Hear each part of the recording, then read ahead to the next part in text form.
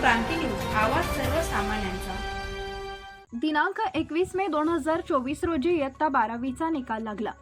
तसेच आज दिनांक 27 मे 2024 रोजी इयत्ता 10वीचा ऑनलाईन निकाल जाहीर करण्यात आलाय। या निकालात कळवण प्रकल्प कार्यालयाच्या क्षेत्रातील आश्रमशाळेतील विद्यार्थ्यांनी भरघोस यश संपादन केलंय। शासकीय आश्रमशाळा व अनुदानित आश्रमशाळा मिळून 79 आश्रमशाळांपैकी 11 आश्रमशाळांचा 100% निकाल लागलाय।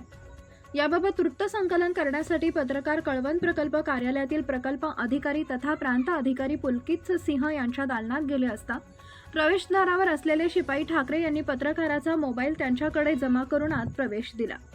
याबाबत शिपाई यांना पत्रकाराने सांगितले की मला साहेबांची प्रतिक्रिया घेणे आहे आणि ती मोबाईलमध्ये घ्यावी लागेल।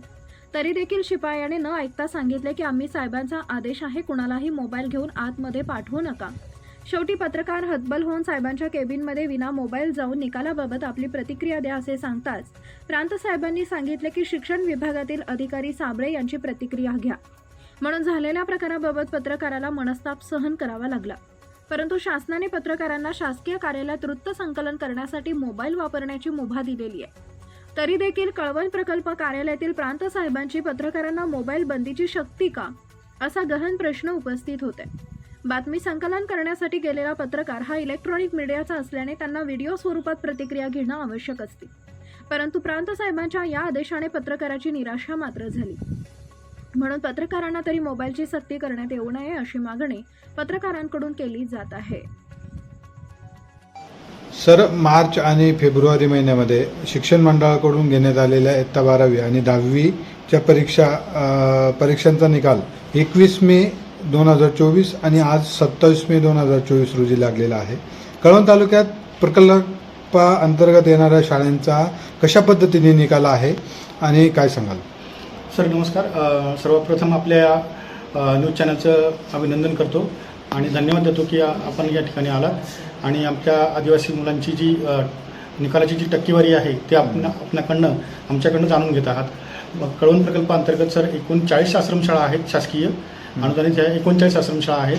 त्यामध्ये उच्च माध्यमिक शाळा ज्या आहेत त्या 14 आहेत शासकीय आणि अनुदानित आश्रमशाळा ज्या आहेत या 10 आहेत।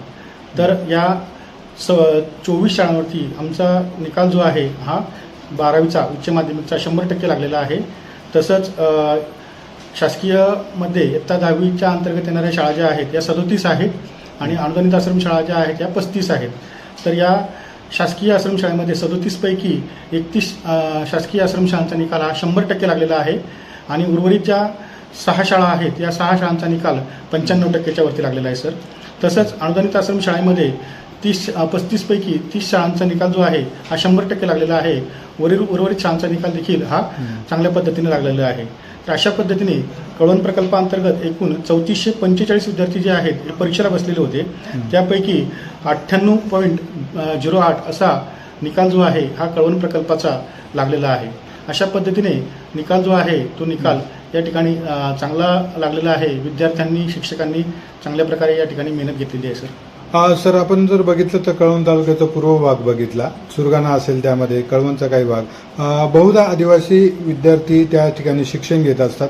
त्यांना मार्गदर्शन करण्यासाठी आणि त्यांची निकालाची टक्केवारी वाढवण्यासाठी अजून जास्त पद्धतीने आपल्या प्रकल्पाअंतर्गत काय उपाययोजना केल्या जातील? सर, आपल्या कळवण प्रकल्पाअंतर्गत सर्व विद्यार्थी जे आहेत, विद्यार्थी पालक यांची जनजागृती मागच्या वर्षी निकाल जो होता तो थोडा घसरलेला होता। त्या पद्धतीने आम्ही सर्व आदिवासी विकास प्रकल्प कार्यालयातली टीम जी आहे माननीय प्रकल्प अधिकारी साहेब यांच्या नेतृत्वाखाली यांनी सर्वांनी आढावा घेतला आणि सर्व पालकांची जनजागृती केली, विद्यार्थ्यांची जनजागृती केली। मागील वर्षी आपण कॉपीमुक्त अभियान जे आहे ते देखील या ठिकाणी राबवलेलं होतं। तसंच त्या धर्तीवरती यावर्षीसुद्धा अभियान जे आहे ते या ठिकाणी राबवण्यात आलेलं होतं। तसंच विद्यार्थ्यांना चांगल्या प्रकारचं शिक्षण जे आहे ते शिक्षण या ठिकाणी दिलं गेलेलं आहे। विद्यार्थ्यांचे जादा क्लासेस जे आहेत ते जादा क्लासेस घेण्यात आलेले होते। विद्यार्थ्यांकडनं 4 ते 5 प्रश्नपत्रिका ज्या आहेत त्या सोडवून घेतलेल्या होत्या आणि त्या फक्त सोडवल्याच नाही सर, तर त्या तपासून घेऊन विद्यार्थी कुठं कमी पडतो आहे याची विद्यार्थ्याला त्या ठिकाणी जाणीव करून दिली की तू या ठिकाणी चुकतो आहेस, तुला या चुका सुधारवायच्या आहेत, दुरुस्त करावायच्या आहेत। अशा पद्धतीने विद्यार्थ्याला त्या गोष्टींची जाणीव करून देऊन आम्ही आमचा निकाल जो आहे तो चांगल्या पद्धतीने वाढवण्याचा प्रयत्न केला आहे सर।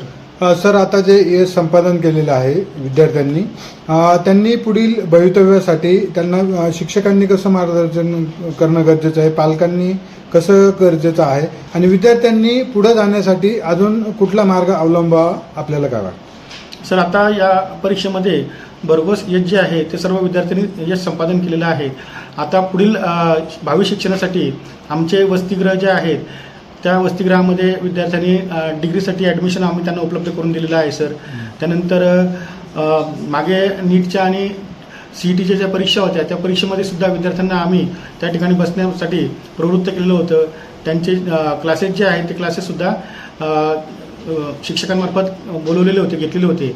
अशा पद्धतीने ज्या विद्यार्थ्यांना वैद्यकीय क्षेत्रात जायचं आहे किंवा इंजिनिअरिंग क्षेत्रात जायचं आहे त्यांनी ते क्षेत्र निवडायचं आहे. कुठेही विद्यार्थ्याला कोणत्याही प्रकारची मदत लागली तर प्रकल्प कार्यालय पालकाच्या तसेच विद्यार्थ्यांच्या सदैव पाठीशी उभं राहील याची आम्ही प्रकल्प कार्यालयाच्या वतीने आणि माननीय प्रकल्प अधिकारी साहेबांच्या वतीने ग्वाही देतो सर. धन्यवाद सर, आपला बहुमूल्य वेळ महाराष्ट्र क्रांती न्यूजला दिल्याबद्दल. आभारी आहे सर. अशाच नवनवीन बातम्या पाहण्यासाठी आमच्या महाराष्ट्र क्रांती न्यूज या YouTube चॅनलला लाईक करा, सबस्क्राईब करा आणि बेल आयकॉनला प्रेस करा.